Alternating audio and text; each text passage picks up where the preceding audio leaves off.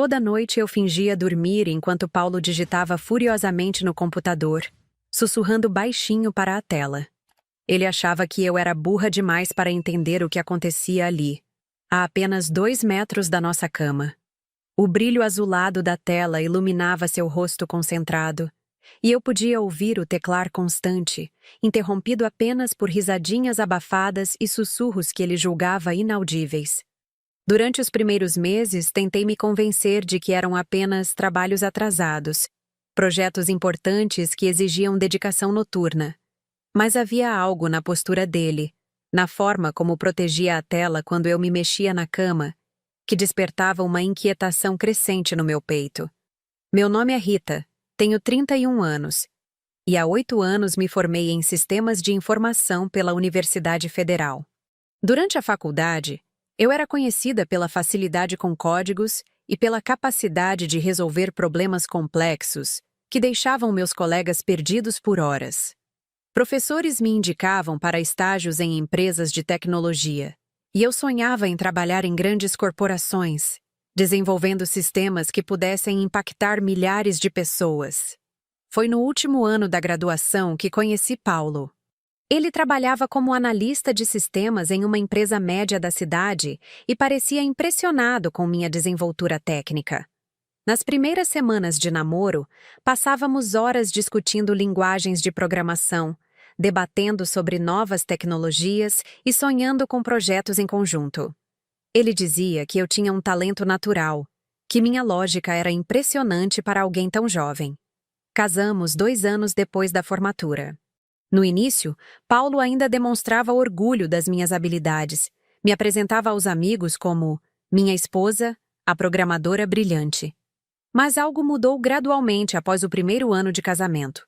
Primeiro foram comentários sutis sobre como eu deveria focar mais em cuidar da casa. Depois vieram as risadas quando eu sugeria melhorias nos sistemas da empresa onde ele trabalhava. Mulher burra como você só atrapalha, ele disse pela primeira vez durante uma discussão sobre contas da casa.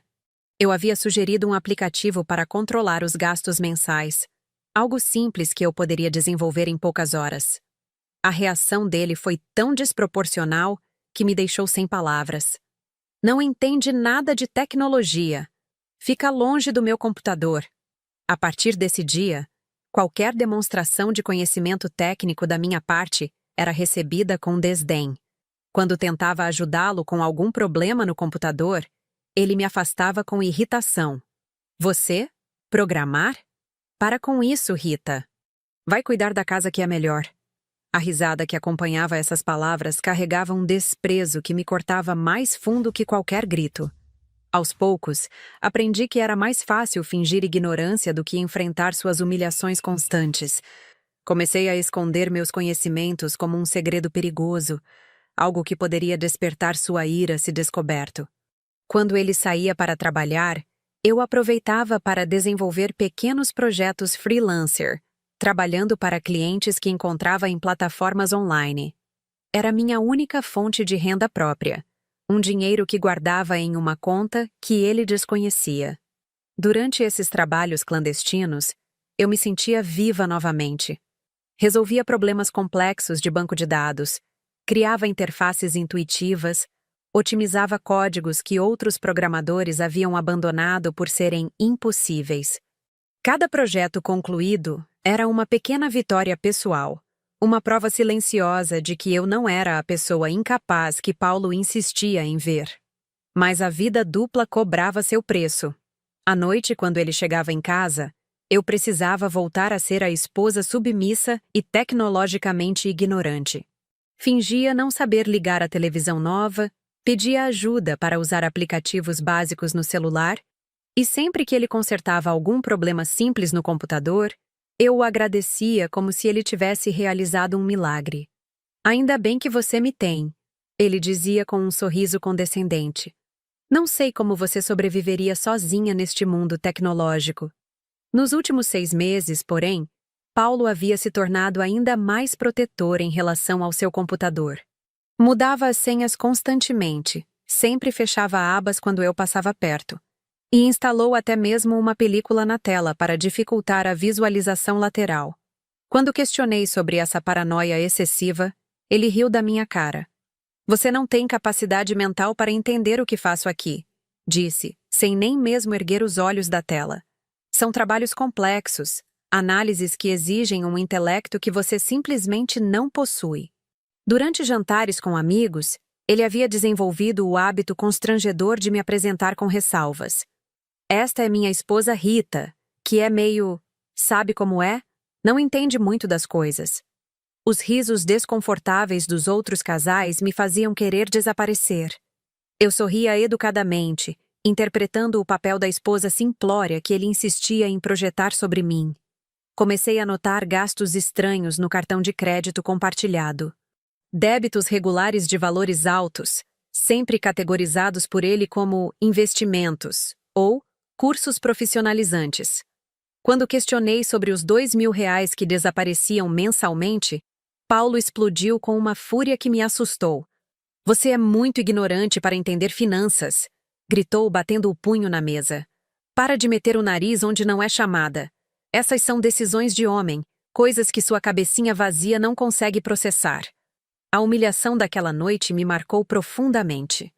Deitada na cama, fingia dormir enquanto ouvia Paulo teclar furiosamente, e pela primeira vez em anos, permiti que a raiva superasse o medo. Havia algo profundamente errado acontecendo, e minha intuição de programadora, treinada para identificar padrões suspeitos, estava gritando alarmes que eu não podia mais ignorar. O comportamento dele seguia um padrão previsível. Chegava em casa, jantava em silêncio, esperava eu adormecer e então se dirigia ao computador.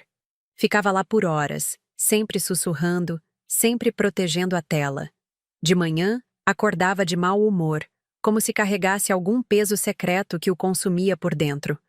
Durante o café da manhã, eu observava suas mãos. Paulo nunca foi cuidadoso com a digitação.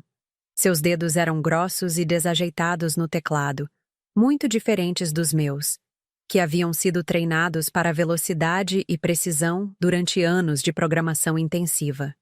Era irônico como ele, que me considerava incompetente tecnologicamente, digitava com a elegância de alguém que acabara de descobrir o computador. Você vai ficar em casa hoje? Ele perguntou numa manhã de sexta-feira, e havia algo ansioso em sua voz. Vou ao mercado de manhã, mas volto cedo, respondi, mantendo o tom casual. Seus olhos brilharam com um alívio que ele tentou disfarçar. Ah, que bom! Eu também vou sair mais tarde. Tenho uma reunião importante com clientes. Menti sobre o mercado. Em vez disso, fiquei na sala, fingindo assistir televisão enquanto observava Paulo se preparar para sair. Ele verificou 3 vezes se o computador estava completamente desligado. Chegou até mesmo a desconectar o cabo da internet da parede.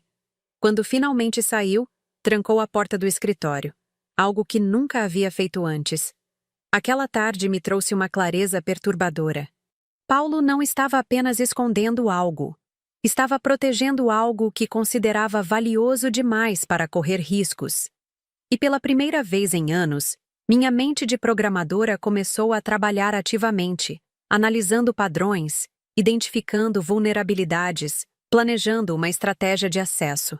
Naquela noite, quando ele se sentou novamente diante do computador, fingi dormir com mais atenção do que nunca. Cada tecla digitada, cada movimento do mouse, cada sussurro abafado eram dados que meu cérebro registrava automaticamente.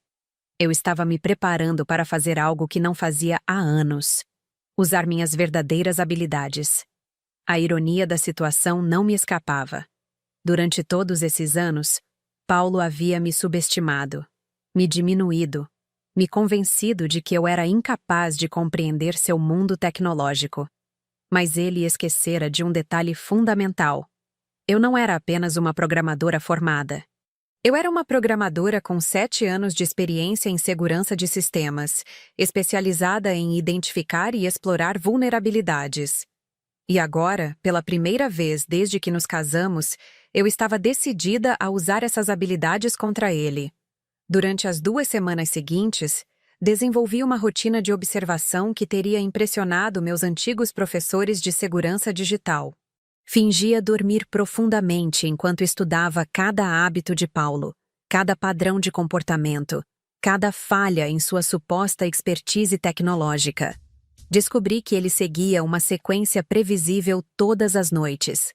Primeiro, verificava se eu estava realmente dormindo. Chegava perto da cama, observava minha respiração, às vezes sussurrava meu nome baixinho para testar minha reação.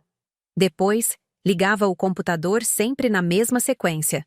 Primeiro o estabilizador, depois a CPU, por último o monitor. Aguardava o sistema inicializar completamente antes de digitar a primeira senha. Minha memória fotográfica, desenvolvida durante anos analisando códigos complexos, registrava cada movimento dos seus dedos no teclado. Paulo digitava lentamente, como alguém que não tinha intimidade real com senhas complexas. Observei que ele olhava para as teclas enquanto digitava, um hábito de quem não desenvolveu o automatismo muscular. Algo que qualquer programador experiente possui naturalmente.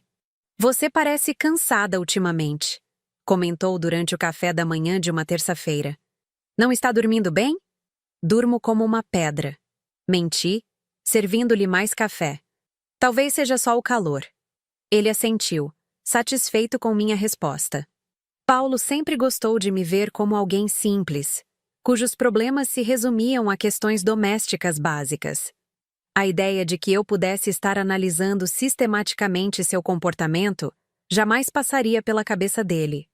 Durante o dia, enquanto ele trabalhava, eu aproveitava para fazer minhas próprias pesquisas. Nos meus trabalhos freelancer, havia desenvolvido uma especialização em recuperação de dados e análise de vulnerabilidades de sistemas domésticos. Sabia exatamente quais eram as falhas mais comuns em computadores pessoais e como explorá-las. Comecei observando os perímetros físicos. Paulo usava um computador desktop comum, sem nenhuma proteção especial além das senhas padrão do sistema. Não havia câmeras de monitoramento no escritório, nem travas especiais nas gavetas onde guardava pendrives e HDs externos. Para alguém que se vangloriava de sua expertise técnica, sua segurança doméstica era surpreendentemente amadora. "Preciso instalar um sistema de backup mais robusto aqui em casa", ele comentou durante o jantar. "Meus arquivos são muito importantes para correr riscos." "Você é tão inteligente com essas coisas", respondi, interpretando o papel da esposa admirada. "Eu nem sei o que é backup." A risada dele ecoou pela cozinha. "Claro que não sabe. É algo complexo demais para você entender. Envolve duplicação de dados, sincronização automática, protocolos de segurança. Sua cabeça não processa esse tipo de informação técnica." Internamente, tive que reprimir uma gargalhada. Backup era literalmente uma das primeiras coisas que qualquer estudante de sistemas aprendia no primeiro semestre. O fato de Paulo achar que estava explicando algo complexo só confirmava minha crescente suspeita de que sua competência técnica era muito menor do que ele gostaria de aparentar. Nos dias seguintes, intensifiquei minha observação noturna. Descobri que Paulo não usava apenas uma senha, mas uma sequência de 3 senhas diferentes. Uma para ligar o computador, outra para acessar sua conta principal e uma terceira para abrir um programa específico que ele utilizava todas as noites. Cada senha era digitada de forma hesitante, como alguém que precisava se lembrar conscientemente de cada caractere. A terceira senha me intrigou especialmente. Paulo a digitava com ainda mais cuidado, olhando intensamente para o teclado, e após inseri-la, sempre olhava nervosamente na direção da cama para confirmar que eu continuava dormindo. Era óbvio que essa senha dava acesso a algo que ele considerava extremamente privado. Durante uma conversa telefônica que ele julgava privada, ouvi fragmentos que aumentaram minha curiosidade. Paulo falava com alguém sobre transferências mensais e manter discrição. Quando percebeu minha presença na sala, encerrou a ligação abruptamente. "Trabalho", explicou guardando o celular. "Questões financeiras complexas que você não entenderia." "Claro", murmurei, fingindo desinteresse total. Mas minha mente de analista estava processando cada informação. Transferências mensais regulares, gastos misteriosos de R$ 2.000, comportamento secretivo extremo. Todos esses elementos formavam um padrão que minha experiência profissional reconhecia imediatamente. Paulo estava escondendo algo significativo, e esse algo envolvia dinheiro substancial. Comecei a prestar mais atenção nas conversas casuais dele com os amigos. Durante um churrasco no fim de semana, ouvi-o mencionar investimentos online, que estavam dando muito retorno. Um dos amigos perguntou detalhes, e Paulo mudou de assunto rapidamente, alegando que eram estratégias muito avançadas para explicar ali. Minha Rita não entende nada disso, acrescentou, me apontando com o dedo enquanto eu organizava os pratos. Ela mal sabe usar o computador. É melhor assim, mulher não precisa se preocupar com essas coisas complicadas. Os outros homens riram, e suas esposas me olharam com uma mistura de pena e constrangimento. Eu sorri educadamente, mas por dentro sentia uma mistura de raiva e determinação crescendo como uma tempestade.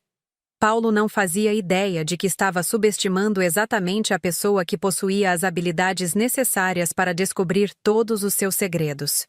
Naquela noite, ele foi particularmente descuidado. Talvez o álcool consumido durante o churrasco tivesse afetado sua coordenação, ou talvez a arrogância demonstrada durante o dia o tivesse tornado mais confiante na minha suposta ignorância. Seja qual fosse o motivo, Paulo digitou as 3 senhas de forma mais lenta e deliberada do que o usual. Minha memória registrou cada movimento com precisão cirúrgica. A primeira senha tinha 8 caracteres. Começava com uma letra maiúscula e terminava com 2 números. A segunda era mais curta, apenas 6 caracteres, todos em letras minúsculas. A terceira, a mais importante, tinha 10 caracteres e incluía símbolos especiais.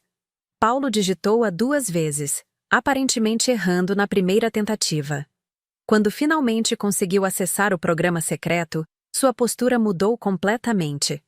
Os ombros se curvaram para frente, como se ele estivesse protegendo a tela de olhares invisíveis. Seus sussurros se tornaram mais frequentes, e ocasionalmente eu ouvia risadinhas abafadas que me causavam uma estranha sensação de nojo. Durante quase 3 horas, Paulo permaneceu grudado na tela, alternando entre digitação intensa e longas pausas de observação. Em alguns momentos, ouvia-o murmurar números, valores que pareciam importantes, quantias que ele repetia como se estivesse fazendo cálculos mentais. Quando finalmente se levantou para ir ao banheiro, aproveitei para entreabrir os olhos rapidamente. A tela mostrava uma interface que eu não reconheci imediatamente, mas a disposição dos elementos sugeria algum tipo de plataforma de comunicação ou rede social. Fechei os olhos novamente antes que ele voltasse, mas aquela imagem mental ficou gravada na minha memória. No dia seguinte, Paulo acordou especialmente bem-humorado. Assoviava enquanto tomava café, até mesmo me ofereceu ajuda para carregar as compras do supermercado, algo que não fazia há meses. Você está feliz hoje, comentei, curiosa sobre a mudança súbita de humor. Só alguns projetos que estão dando certo, respondeu com um sorriso misterioso. Investimentos que finalmente estão rendendo os frutos esperados. Que bom, murmurei, mas minha mente estava registrando mais um dado importante. A felicidade de Paulo estava diretamente relacionada às atividades noturnas no computador. Naquela tarde, enquanto ele trabalhava, tomei uma decisão que mudaria tudo. Era hora de parar de ser apenas uma observadora passiva. Minhas habilidades técnicas, guardadas em segredo por tanto tempo, estavam me coçando para serem utilizadas. Eu tinha informações suficientes para pelo menos tentar um acesso básico, e minha curiosidade havia se transformado em uma necessidade urgente de descobrir a verdade. Caminhei até o escritório e observei o computador desligado. Paulo sempre o deixava completamente desconectado durante o dia, uma precaução que revelava sua paranoia, mas também sua falta de conhecimento sobre segurança real. Um especialista verdadeiro saberia que desligar fisicamente o equipamento era apenas uma medida superficial. Os dados permaneciam intocados no disco rígido, vulneráveis a qualquer pessoa com conhecimento técnico adequado. Sentei-me na cadeira dele e liguei o sistema. Meus dedos, depois de tantos anos afastados de um teclado profissional, voltaram naturalmente à posição correta. A tela de login apareceu, solicitando a primeira senha. Respirei fundo e comecei a digitar a sequência que havia memorizado na noite anterior. A senha foi aceita no primeiro tentativa. Meu coração acelerou enquanto o sistema carregava a área de trabalho. Estava dentro do computador de Paulo, após anos sendo tratada como incompetente demais para sequer tocá-lo. A ironia era quase poética. Ele havia passado tanto tempo me subestimando que criara a situação perfeita para sua própria vulnerabilidade. Mas eu sabia que tinha pouco tempo. Paulo poderia voltar a qualquer momento, e eu precisava ser estratégica. Esta era apenas a primeira fase da minha investigação. O verdadeiro desafio seria acessar os arquivos protegidos pela segunda e terceira senhas, descobrir exatamente o que ele estava escondendo e fazer isso sem deixar rastros da minha presença. Enquanto navegava cautelosamente pela área de trabalho, uma descoberta me surpreendeu. Paulo tinha dezenas de atalhos para programas que eu jamais havia visto ele usar. Softwares de edição de imagem, plataformas de comunicação internacional, até mesmo algumas ferramentas de criptografia básica. Para alguém que alegava trabalhar apenas com análise de sistemas empresariais, sua coleção de softwares era estranhamente diversificada. Desliguei o computador antes que minha ausência se tornasse suspeita, mas minha mente continuou processando as informações. Paulo não era apenas um marido controlador e desrespeitoso. Ele estava envolvido em atividades que exigiam um nível de sofisticação tecnológica muito maior do que ele demonstrava publicamente. E eu estava determinada a descobrir exatamente que atividades eram essas. Durante a semana seguinte, estabeleci uma rotina arriscada, mas necessária.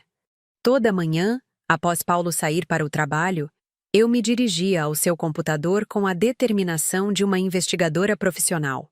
Meus conhecimentos em segurança digital, adormecidos por anos de submissão doméstica, despertaram com uma intensidade que me surpreendeu. A segunda senha foi mais desafiadora que a primeira. Paulo a digitava com mais cuidado, e minha memória precisou reconstruir o padrão a partir de várias observações noturnas. Depois de 3 tentativas frustradas, finalmente consegui acesso à sua conta principal.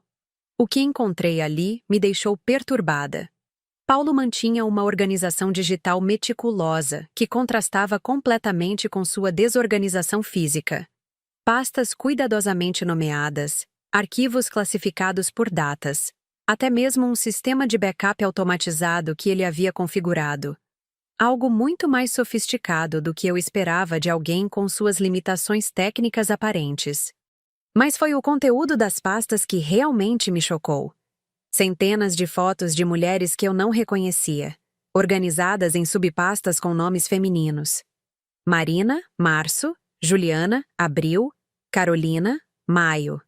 Cada pasta continha não apenas fotos, mas também capturas de tela de conversas, comprovantes de transferências bancárias e até mesmo pequenos vídeos. Meu estômago se contraiu quando compreendi o que estava vendo. Paulo não estava apenas traindo nosso casamento.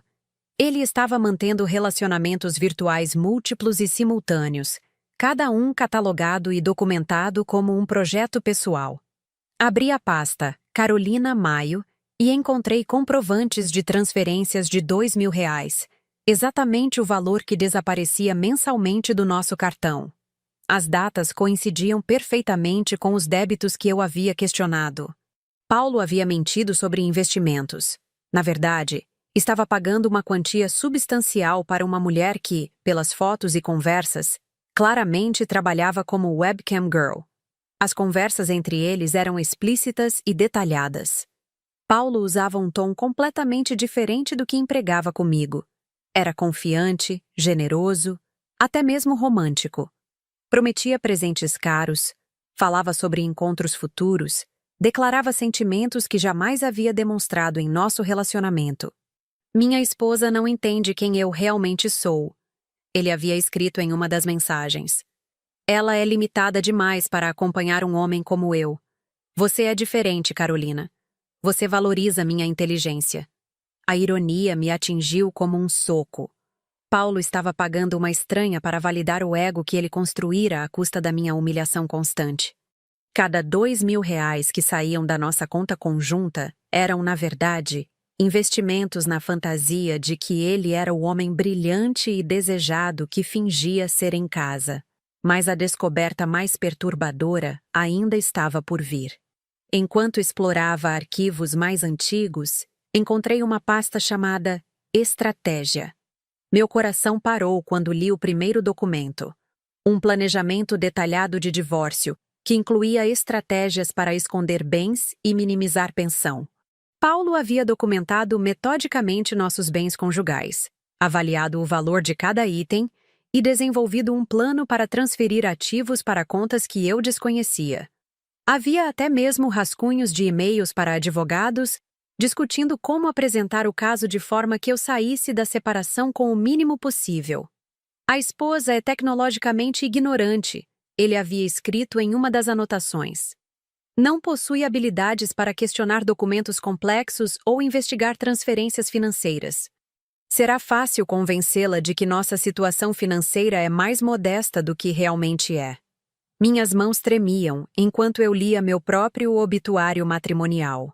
Paulo não apenas me traía e me humilhava. Ele estava planejando me destruir financeiramente, usando exatamente a imagem de incompetência que ele havia construído sobre mim durante todos esses anos. Continuei explorando os arquivos e descobri evidências de 2 contas bancárias secretas. Paulo havia acumulado R$ 85.000 em investimentos que eu desconhecia completamente, valores que ele havia desviado gradualmente da nossa renda conjunta ao longo dos últimos 3 anos. Cada descoberta era uma facada na dignidade que eu ainda tentava preservar. O homem que me chamava de burra todas as noites estava, na verdade, orquestrando um esquema elaborado de traição emocional e financeira, documentando cada passo como se fosse um projeto empresarial. Mas a terceira senha ainda permanecia um mistério. Era ela que dava acesso ao programa que Paulo usava todas as noites. E eu suspeitava que fosse lá que estavam os segredos mais profundos. Durante 2 noites consecutivas, intensifiquei minha observação, memorizando cada movimento dos dedos dele no teclado. A senha era mais complexa. Carolina BB 2024. Quando finalmente consegui decifrá-la, não pude evitar uma risada amarga. Paulo havia usado o nome da Webcam Girl como senha, incluindo as iniciais que provavelmente se referiam aos atributos físicos que ele mais admirava nela. Era patético e revelador ao mesmo tempo. O programa protegido por essa senha era uma plataforma de relacionamentos adultos, onde Paulo mantinha 3 perfis diferentes. Em cada um, ele se apresentava como solteiro, bem-sucedido financeiramente e disponível para relacionamentos sérios. As fotos eram antigas, de quando ele ainda se exercitava regularmente, e a descrição profissional exagerava dramaticamente seu cargo e salário. Descobri que ele não se limitava apenas a Carolina. Havia conversas ativas com pelo menos 5 mulheres diferentes, cada uma recebendo promessas românticas, presentes virtuais e transferências financeiras menores. Paulo havia transformado nossa vida conjugal em uma fachada que sustentava sua vida paralela como conquistador digital. As conversas revelavam um padrão perturbador. Paulo sempre mencionava sua esposa ignorante como uma forma de despertar simpatia nas outras mulheres. Contava histórias exageradas sobre minha suposta incompetência, inventava situações embaraçosas que nunca haviam acontecido e construía uma narrativa na qual ele era um homem brilhante preso a uma mulher inadequada. Ela não consegue nem usar o controle remoto da TV sem ajuda, ele havia escrito para uma delas. Imaginem como é viver com alguém assim. Vocês são tão diferentes, tão inteligentes e interessantes. Eu estava sendo usada como ferramenta de sedução na vida virtual dele. Minha suposta incompetência era o produto que Paulo vendia para conquistar a simpatia e o interesse de outras mulheres. Cada humilhação que eu sofria em casa era posteriormente transformada em munição para seus conquistas online. Mas foi ao explorar o histórico mais antigo que fiz a descoberta mais chocante. Paulo estava planejando isso há muito mais tempo do que eu imaginava. As primeiras conversas datavam de 2 anos atrás, logo depois que eu havia conseguido meu primeiro trabalho freelancer bem remunerado. Não era coincidência. Paulo havia começado a planejar nossa separação exatamente quando minha vida profissional começou a dar sinais de melhora. Encontrei e-mails trocados com um advogado especialista em divórcios, onde Paulo discutia estratégias para provar minha incapacidade financeira e garantir que eu não tivesse direito a uma divisão equitativa dos bens. Havia até mesmo um cronograma de ações que incluía intensificar o isolamento emocional e documentar comportamentos inadequados. A frieza calculista de tudo aquilo me deixou enjoada. Paulo não era apenas um marido infiel. Ele era um manipulador sistemático que havia transformado nosso casamento em um experimento de controle psicológico. Cada gesto de carinho fingido, cada momento de reconciliação temporária, cada promessa quebrada faziam parte de um plano maior para me manter vulnerável e dependente até o momento em que ele decidisse me descartar. Imprimi discretamente os documentos mais importantes, organizando-os cronologicamente. 7 anos de evidências digitais da minha humilhação e da traição dele. Comprovantes bancários, conversas comprometedoras, planos de divórcio, transferências para outras mulheres. Um arquivo completo da dupla vida que Paulo havia construído às minhas custas. Enquanto organizava as evidências, senti uma mistura estranha de devastação e libertação. Por um lado, descobrir a extensão da traição era devastador. Por outro, finalmente ter provas concretas do que eu suspeitava intuitivamente me dava uma sensação de validação que não experimentava há anos. Paulo chegou em casa naquela noite especialmente animado. Durante o jantar, ele até mesmo me elogiou pela comida, um comportamento tão raro que me fez suspeitar imediatamente. Seu bom humor excessivo provavelmente significava que alguma de suas conquistas virtuais havia lhe dado atenção especial durante o dia. Você parece feliz, comentei, testando minha teoria. Apenas alguns projetos que estão evoluindo bem, respondeu com aquele sorriso misterioso que eu agora sabia decifrar perfeitamente. Investimentos que finalmente estão dando o retorno esperado. Sorri de volta, interpretando pela última vez o papel da esposa ingênua. Que bom para você, amor. Mas por dentro, eu estava processando informações com a precisão de um algoritmo. Cada mentira dele agora tinha contexto. Cada comportamento suspeito tinha explicação. Cada humilhação tinha propósito.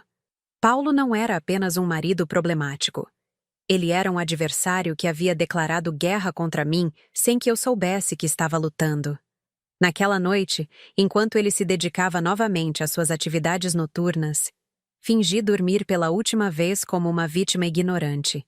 Observei-o digitar as senhas que eu já conhecia, acessar os programas que eu já havia explorado, conversar com mulheres cujas identidades eu já havia descoberto. A diferença era que agora eu sabia exatamente o que ele estava fazendo, e mais importante, eu tinha um plano. Durante anos, Paulo havia subestimado minha inteligência, minha capacidade técnica, minha força emocional. Ele construíra uma imagem de mim como uma mulher dependente e limitada, incapaz de questionar ou investigar suas ações. Essa imagem havia se tornado sua maior vulnerabilidade. Enquanto ouvia suas risadinhas abafadas e seus sussurros para a tela, senti uma calma estranha tomar conta de mim. A raiva havia se transformado em determinação, o medo em estratégia, a humilhação em combustível para uma vingança que seria tão meticulosa quanto cruel. Paulo havia cometido o erro clássico de todo manipulador: acreditar na própria propaganda. Ele estava tão convencido da minha incompetência que havia se tornado descuidado, deixando rastros digitais por toda parte, documentando seus próprios crimes como se fosse imune a consequências. Mas eu não era a mulher burra que ele imaginava. Nunca havia sido. E agora, finalmente, era a hora de provar isso. Uma noite de quinta-feira mudou tudo. Paulo havia saído para um suposto happy hour com colegas de trabalho, e eu aproveitei a oportunidade para fazer uma última varredura completa em seus arquivos. Estava procurando por evidências adicionais, quando descobri uma pasta que havia passado despercebida nas investigações anteriores. Backup Conversas, 2024. O que encontrei ali superou todos os meus piores temores. Paulo não estava apenas mantendo relacionamentos paralelos. Ele estava documentando sistematicamente nossa vida íntima como entretenimento para suas conquistas virtuais. Havia gravações de áudio de nossas discussões, fotos minhas tiradas sem meu conhecimento, até mesmo vídeos gravados secretamente em momentos que eu julgava privados. Uma das gravações me fez sentir náusea física. Era uma discussão que tivéramos 3 meses atrás sobre as finanças da casa. Paulo havia provocado a briga intencionalmente, me fazendo perguntas técnicas sobre investimentos que ele sabia que eu não poderia responder, sem revelar meus conhecimentos ocultos. Quando eu gaguejei, tentando manter a farsa da esposa ignorante, ele gravou minha hesitação e, posteriormente, enviou o áudio para Carolina com a mensagem: "Escutem como minha esposa é limitada. Ela não consegue nem entender juros simples." Mas a descoberta mais devastadora estava na subpasta Plano Divórcio Final. Paulo havia atualizado sua estratégia apenas uma semana atrás, incluindo detalhes que me fizeram compreender a extensão real de sua manipulação. Ele planejava me acusar de traição conjugal. Durante meses, Paulo havia estado coletando evidências, fabricadas da minha suposta infidelidade. Havia alterado digitalmente fotos minhas com colegas de trabalho freelancer, criado conversas falsas em aplicativos de mensagem, até mesmo registrado minha ausência de casa em horários específicos. Sempre quando eu saía para encontros profissionais que ele próprio havia me incentivado a aceitar. "A estratégia é simples", ele havia escrito em suas anotações. "Rita é muito ingênua para se defender adequadamente. Com as evidências que preparei, nenhum juiz acreditará na versão dela. Ela sairá do casamento sem nada, e eu manterei todos os bens que acumulei nos últimos anos." Minhas mãos tremiam enquanto eu lia o plano detalhado de como ele pretendia me destruir. Paulo havia consultado advogados especializados em casos de infidelidade feminina, estudado precedentes jurídicos, até mesmo pesquisado sobre como apresentar evidências digitais de forma convincente em tribunal. Ele estava se preparando para uma guerra judicial que eu nem sabia que estava sendo declarada. Mas foi na última atualização do documento que encontrei a informação mais chocante. Paulo planejava pedir o divórcio em 2 semanas, no dia do meu aniversário de 32 anos. Havia escolhido essa data propositalmente, como uma forma de garantir que eu jamais conseguisse celebrar meu aniversário novamente, sem me lembrar da humilhação da separação. "Será o presente perfeito", ele havia escrito. "Rita finalmente descobrirá quem realmente manda nesta relação." Imprimi todos os documentos, organizei cronologicamente as evidências e, pela primeira vez em anos, permiti que minha formação profissional assumisse completamente o controle. Não era mais apenas uma esposa traída investigando um marido infiel. Eu era uma especialista em segurança digital documentando um caso de fraude e manipulação sistemática. Criei cópias de segurança de todos os arquivos em 3 dispositivos diferentes. Utilizei softwares de verificação de integridade para garantir que as evidências não pudessem ser questionadas em tribunal, e até mesmo gerei relatórios técnicos explicando como havia obtido acesso aos dados. Minha documentação era mais completa e profissional do que muitas investigações corporativas que eu havia conduzido durante minha carreira. Quando Paulo chegou em casa naquela noite, completamente bêbado do suposto happy hour, eu estava esperando na sala com uma serenidade que me surpreendeu. Havia tomado uma decisão que mudaria nossas vidas para sempre. "Como foi o trabalho hoje?" perguntei quando ele tropeçou pela porta. "Ótimo", murmurou, mal conseguindo focar o olhar em mim. "Resolvemos vários problemas complexos. Você não entenderia." Sorri pela última vez. "Tenho certeza de que não." Paulo seguiu para o computador como sempre, mas suas mãos embriagadas tornaram a digitação ainda mais lenta e descuidada. Observei-o lutar com as senhas, errar várias vezes. Finalmente conseguir acesso ao seu mundo secreto.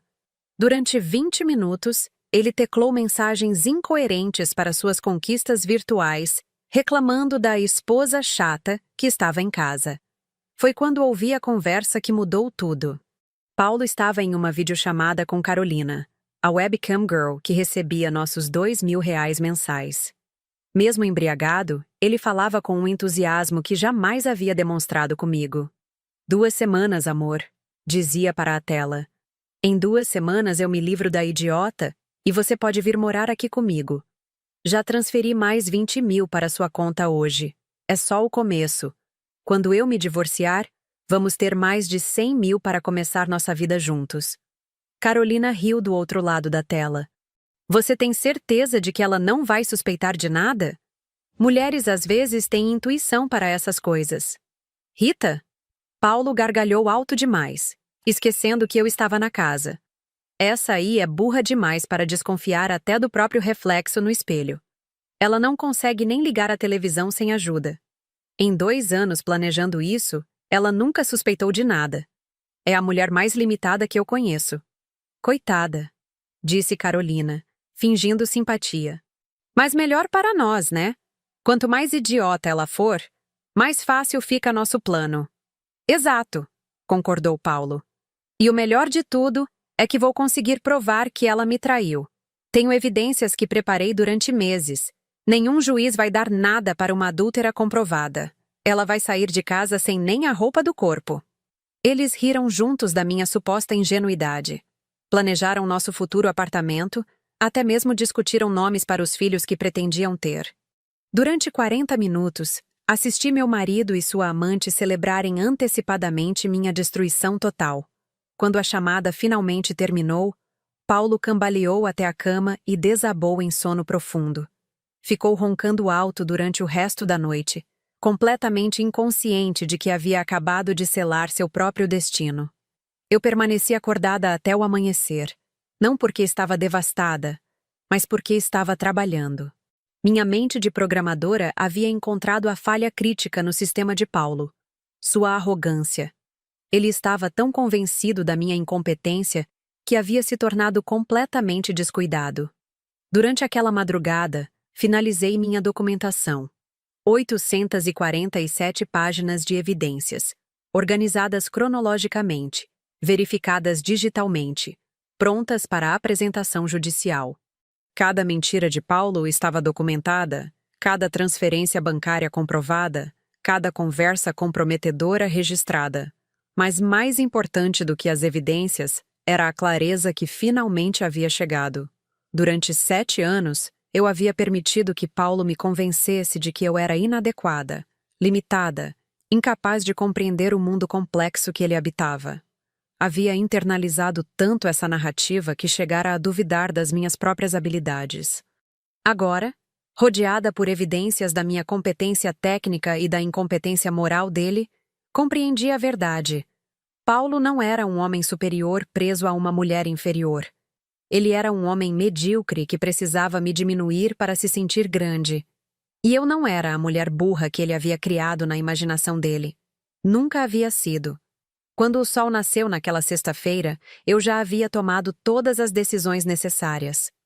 Em uma semana, antes que Paulo pudesse executar seu plano de me destruir no meu aniversário, eu executaria o meu próprio plano.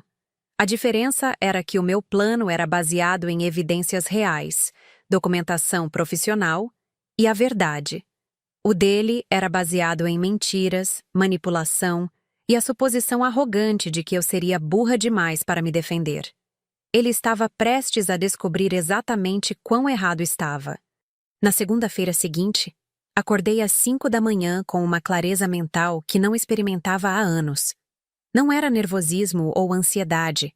Era a calma profissional de quem havia se preparado meticulosamente para uma apresentação decisiva. Paulo ainda dormia profundamente quando saí de casa, carregando uma pasta discreta que continha 7 anos da minha vida documentados em evidências irrefutáveis. Meu primeiro compromisso era às 8 da manhã com o advogado Marcelo Ferreira, especialista em direito de família que eu havia pesquisado cuidadosamente durante o fim de semana. Senhora Rita, ele me cumprimentou no escritório. Pelo telefone, a senhora mencionou questões conjugais. Posso ajudá-la com orientações sobre divórcio amigável ou... Doutor Marcelo, interrompi, colocando a pasta sobre a mesa. Meu caso é mais complexo do que um divórcio comum. Preciso da sua ajuda para me defender de uma tentativa sistemática de fraude conjugal. Sua expressão mudou quando abri a pasta e comecei a apresentar a documentação. Durante 2 horas, mostrei cronologicamente cada evidência que havia coletado. As transferências para Carolina, os planos de divórcio manipulativo, as evidências fabricadas de traição, as contas bancárias secretas, os relacionamentos paralelos documentados. Meu Deus!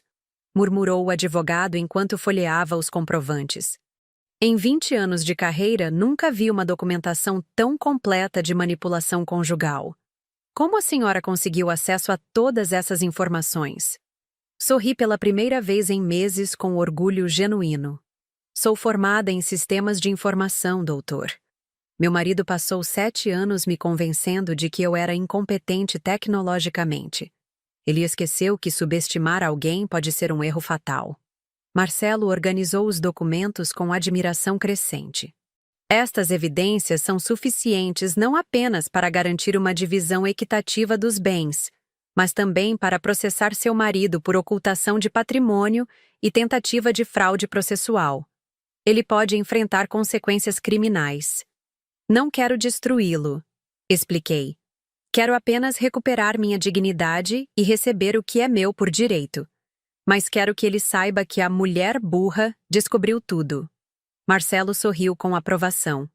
Vamos agendar uma reunião com o advogado dele para esta semana. Tenho certeza de que quando ele ver essas evidências, preferirá negociar um acordo justo a enfrentar um processo público. Saí do escritório do advogado me sentindo poderosa pela primeira vez em anos.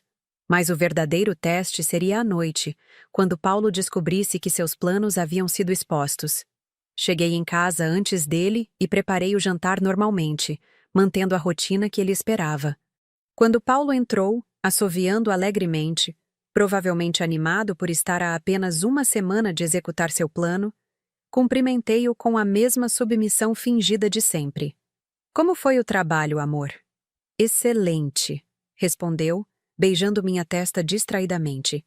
Resolvi alguns problemas bem complexos hoje. Questões que exigem um nível intelectual que... Bem, você não entenderia. Claro que não, murmurei, servindo-lhe o prato. Durante o jantar, Paulo falou animadamente sobre investimentos que estavam dando certo e projetos que finalmente renderiam os frutos esperados. Cada palavra era uma mentira que eu agora compreendia perfeitamente.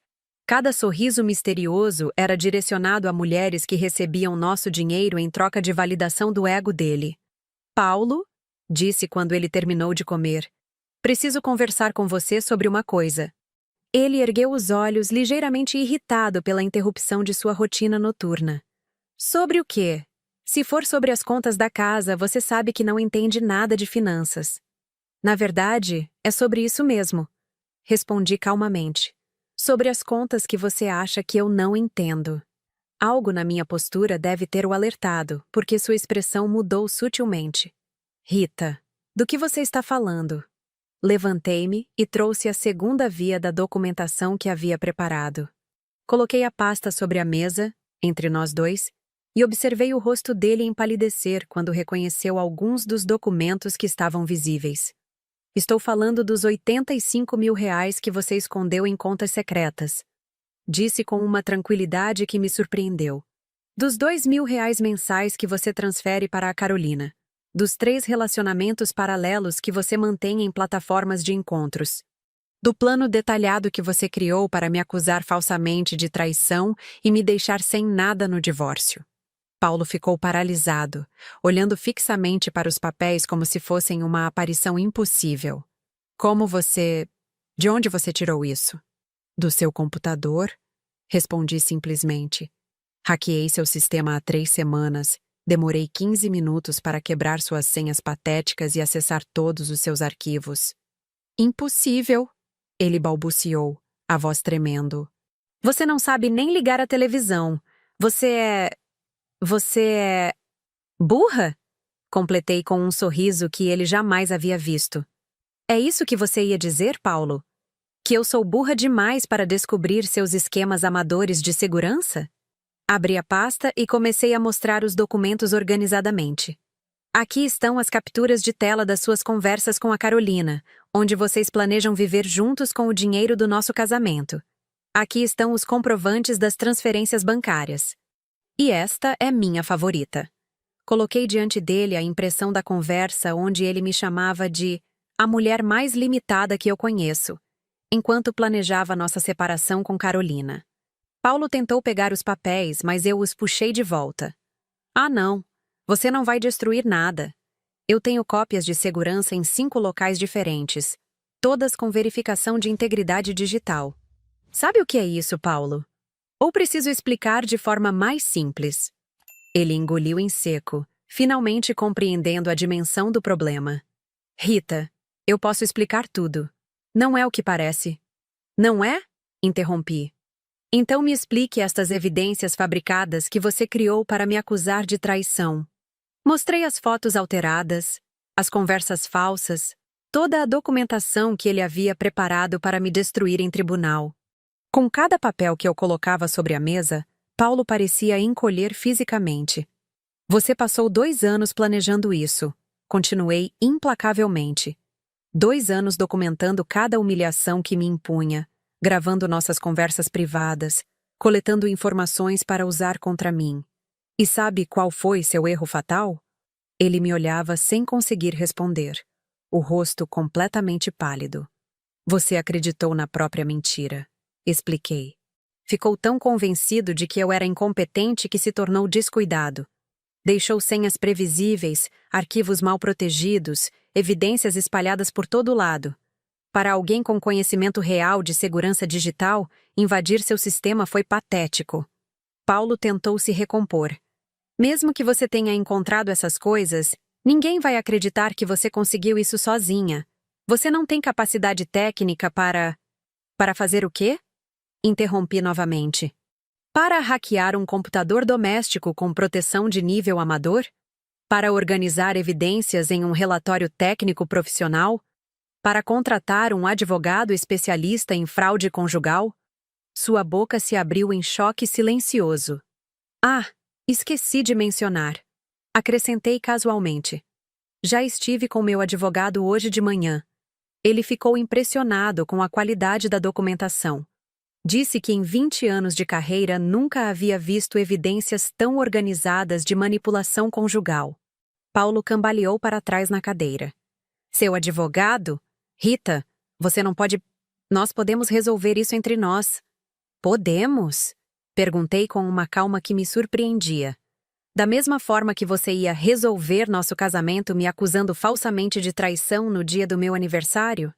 Ele fechou os olhos, finalmente compreendendo que eu sabia de absolutamente tudo. Tenho uma proposta para você, Paulo, disse, organizando os papéis de volta na pasta. Você pode aceitar um divórcio civilizado, com divisão equitativa dos bens que você escondeu, ou pode enfrentar um processo público onde todas essas evidências serão apresentadas em tribunal, incluindo as gravações onde você e Carolina riem da minha suposta burrice. Rita, por favor, ele começou, mas eu levantei a mão. Não, disse firmemente. 7 anos ouvindo você me chamar de burra.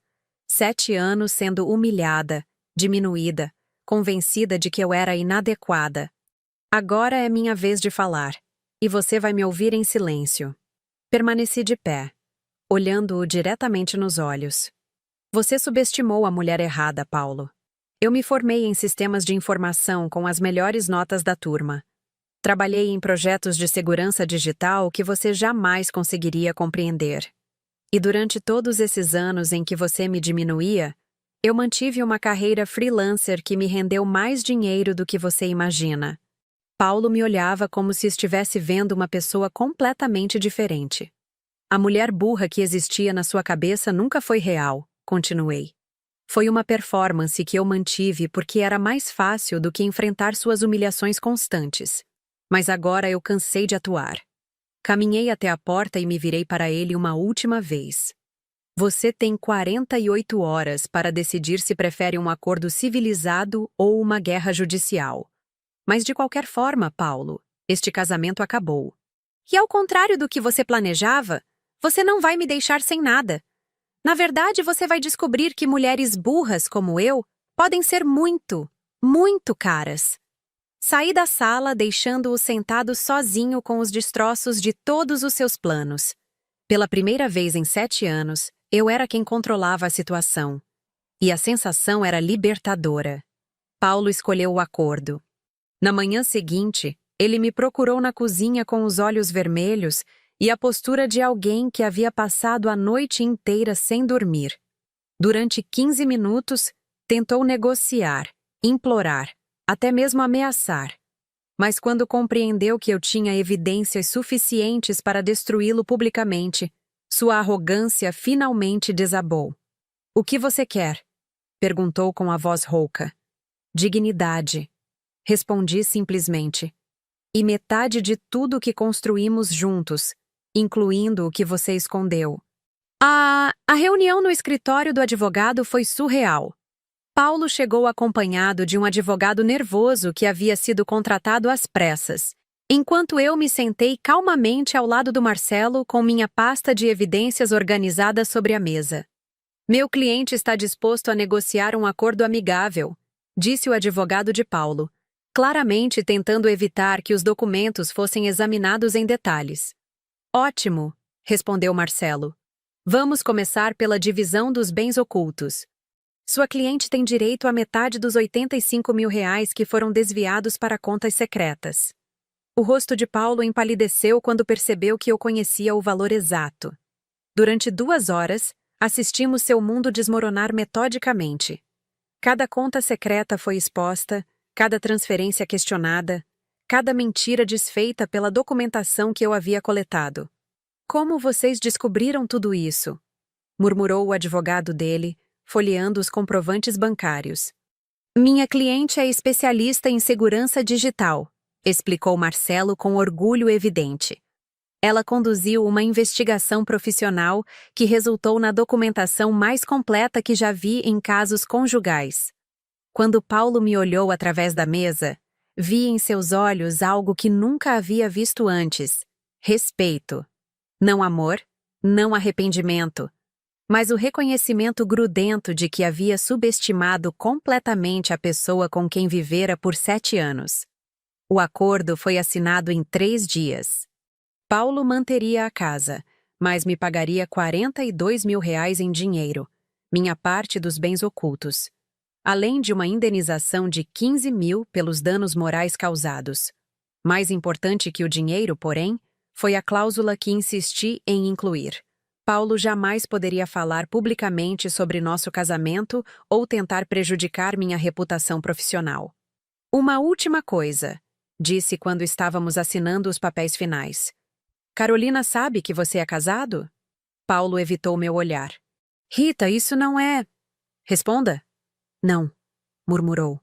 "Eu disse que estava divorciado há 2 anos."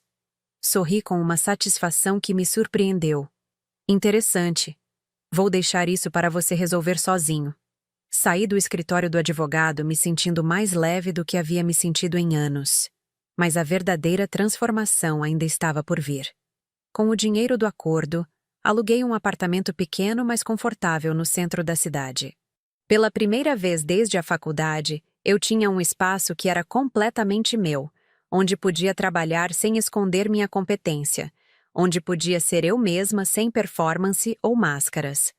Nos primeiros meses após a separação, foquei em reconstruir minha carreira. Os trabalhos freelancer que eu fazia secretamente se transformaram em contratos maiores e mais bem remunerados. Empresas que haviam ouvido falar das minhas habilidades através de recomendações começaram a me procurar para projetos de segurança digital cada vez mais complexos. "Rita", disse meu primeiro cliente corporativo 6 meses depois do divórcio, "sua análise do nosso sistema identificou vulnerabilidades que outros especialistas haviam perdido. Como você desenvolveu essa expertise?" A pergunta me fez sorrir. "Experiência prática", respondi. "Às vezes, as melhores lições vêm de situações pessoais desafiadoras." Foi verdade.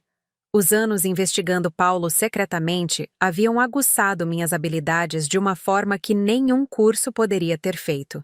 Eu havia aprendido a ser meticulosa, discreta e absolutamente minuciosa na coleta de evidências, qualidades que se mostraram invaluosas no mundo da segurança corporativa. Em um ano, minha renda havia triplicado. Em 2 anos, inaugurei minha própria empresa de consultoria em cibersegurança. Defesa Digital Rita Santos. Um nome que carregava tanto orgulho profissional quanto simbólico pessoal. Paulo tentou contato algumas vezes durante o primeiro ano. Ligações que eu ignorava. Mensagens que eu deletava sem ler. Soube por conhecidos em comum que Carolina havia terminado com ele quando descobriu sobre o casamento, e que ele havia perdido o emprego após alguns problemas financeiros relacionados às transferências que costumava fazer. Ele está perguntando se vocês podem conversar, me disse uma amiga em comum durante um café.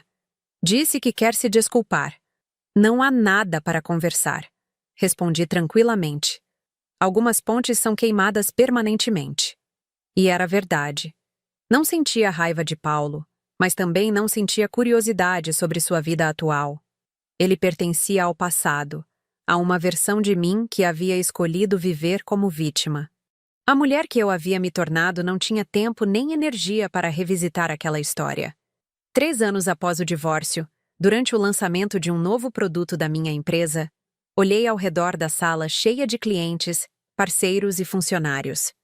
Pessoas que me respeitavam profissionalmente, que valorizavam minha expertise, que jamais questionariam minha competência. Parabéns pelo sucesso, disse um colega. Você construiu algo impressionante aqui. Obrigada, respondi, sentindo uma satisfação profunda que transcendia o sucesso profissional. Não era apenas sobre dinheiro ou reconhecimento. Era sobre ter recuperado minha identidade, minha autoestima, minha capacidade de confiar no meu próprio valor. Durante 7 anos, eu havia permitido que alguém definisse quem eu era. Agora, eu era quem escolhia ser. Naquela noite, trabalhando até tarde no escritório da empresa que eu havia criado, recebi uma ligação de um número desconhecido. Por impulso, atendi. Rita! A voz familiar me fez pausar. Sou eu, Paulo. Não desliguei imediatamente. Curiosidade, talvez. O que você quer? Perguntei com uma neutralidade que me custou esforço. Eu queria te pedir desculpas, disse, e havia algo quebrado na voz dele. Pelo que fiz com você. Pela forma como te tratei. Você não merecia nada daquilo. Fiquei em silêncio, processando não apenas as palavras, mas o tom. Paulo soava diferente. Menor, mais humilde, genuinamente arrependido. Eu sei que não posso desfazer o que fiz, continuou. Mas precisava que você soubesse que eu estava errado sobre tudo. Você nunca foi burra. Eu é que era idiota demais para reconhecer quem você realmente era. Obrigada pelo pedido de desculpas, disse finalmente. Mas, Paulo, isso não muda nada entre nós. Eu sei, murmurou. Só queria que você soubesse que eu reconheço o meu erro. E que estou orgulhoso do que você conseguiu construir. Ouvi falar da sua empresa. Desliguei sem responder. Não porque estava com raiva, mas porque aquela conversa pertencia a uma versão antiga de mim que precisava da validação dele. A mulher que eu havia me tornado não dependia do reconhecimento de Paulo para saber seu próprio valor. 5 anos após o divórcio, minha empresa empregava 12 pessoas e atendia clientes em 3 estados. Durante uma conferência de segurança digital em São Paulo, fui convidada para dar uma palestra sobre identificação de vulnerabilidades em sistemas corporativos. Enquanto apresentava casos de estudo para uma plateia de 300 profissionais da área, senti uma ironia profunda. Muitas das técnicas que eu estava ensinando haviam sido desenvolvidas durante aquelas noites investigando Paulo secretamente.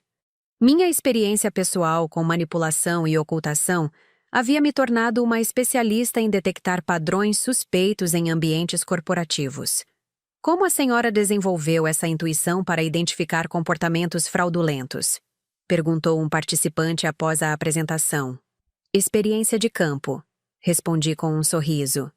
Às vezes, as melhores lições vêm dos lugares mais inesperados. Após a palestra, uma jovem profissional me procurou no corredor. Tinha cerca de 25 anos, e algo na sua postura me lembrou de mim mesma anos atrás. Inteligente, mas insegura sobre seu próprio valor.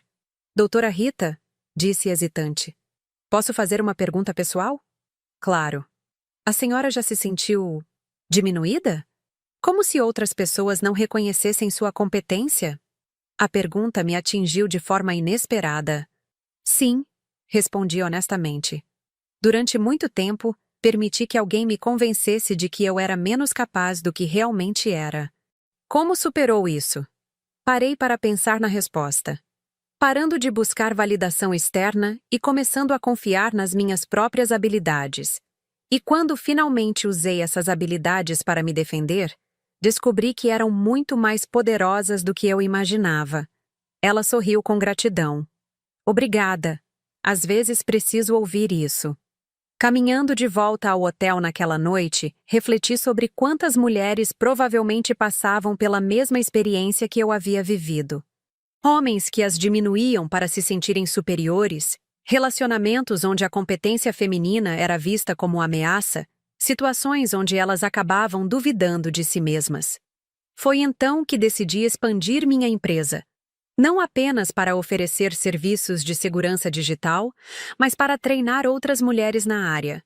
Criar um ambiente onde elas pudessem desenvolver suas habilidades sem ter que escondê-las ou minimizá-las.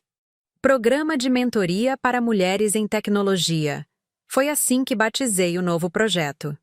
Em 2 anos, havíamos treinado mais de 50 profissionais, muitas das quais saíram para fundar suas próprias empresas ou assumir posições de liderança em grandes corporações. Durante a formatura da 5ª turma, observei as mulheres recebendo seus certificados com um orgulho que transcendia o profissional. Algumas haviam chegado inseguras sobre suas habilidades, outras vinham de relacionamentos onde suas competências eram diminuídas. Todas saíam confiantes, preparadas para enfrentar um mercado de trabalho que nem sempre reconhecia seu valor. Vocês têm algo que muitos profissionais da área não possuem, disse durante meu discurso de encerramento. A experiência de ter que provar seu valor constantemente. Isso as tornou mais cuidadosas, mais meticulosas, mais determinadas. Usem essas qualidades como vantagem competitiva. Uma das formandas levantou a mão. Doutora Rita, como lidamos com pessoas que subestimam nossa competência? Sorri, lembrando-me da pergunta que eu mesma havia feito anos atrás. Deixem o trabalho falar por vocês. Não gastem energia tentando convencer quem não quer ser convencido. Foquem em resultados. Sejam impecáveis na documentação e jamais permitam que a ignorância alheia defina seu valor. Após a cerimônia, enquanto organizava os materiais, recebi uma mensagem no celular de um número desconhecido. Vi a matéria sobre sua empresa no jornal. Parabéns pelo sucesso. P. Paulo. Mesmo depois de 5 anos, ele ainda tentava manter algum tipo de conexão. Deletei a mensagem sem responder. Não por mágoa, mas porque aquela comunicação representava um capítulo da minha vida que eu havia encerrado definitivamente.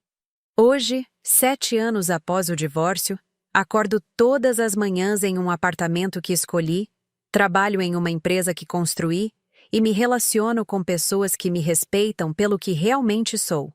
Não preciso mais fingir ignorância para evitar conflitos ou esconder minha competência para não ameaçar egos frágeis. Às vezes recebo ligações de Paulo. O número dele mudou várias vezes, mas eu sempre reconheço o padrão das tentativas de contato. Já não atendo mais. Não porque guardo rancor, mas porque aprendi que algumas portas, uma vez fechadas, devem permanecer assim para sempre. Minha vida atual é construída sobre a base sólida de quem eu realmente sou, não sobre a projeção de quem alguém queria que eu fosse.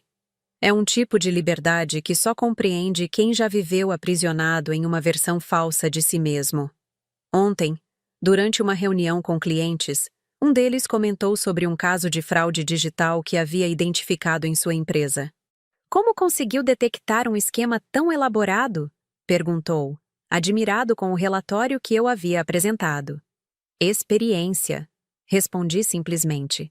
Quando você aprende a identificar padrões de manipulação e ocultação, desenvolve uma intuição especial para essas situações.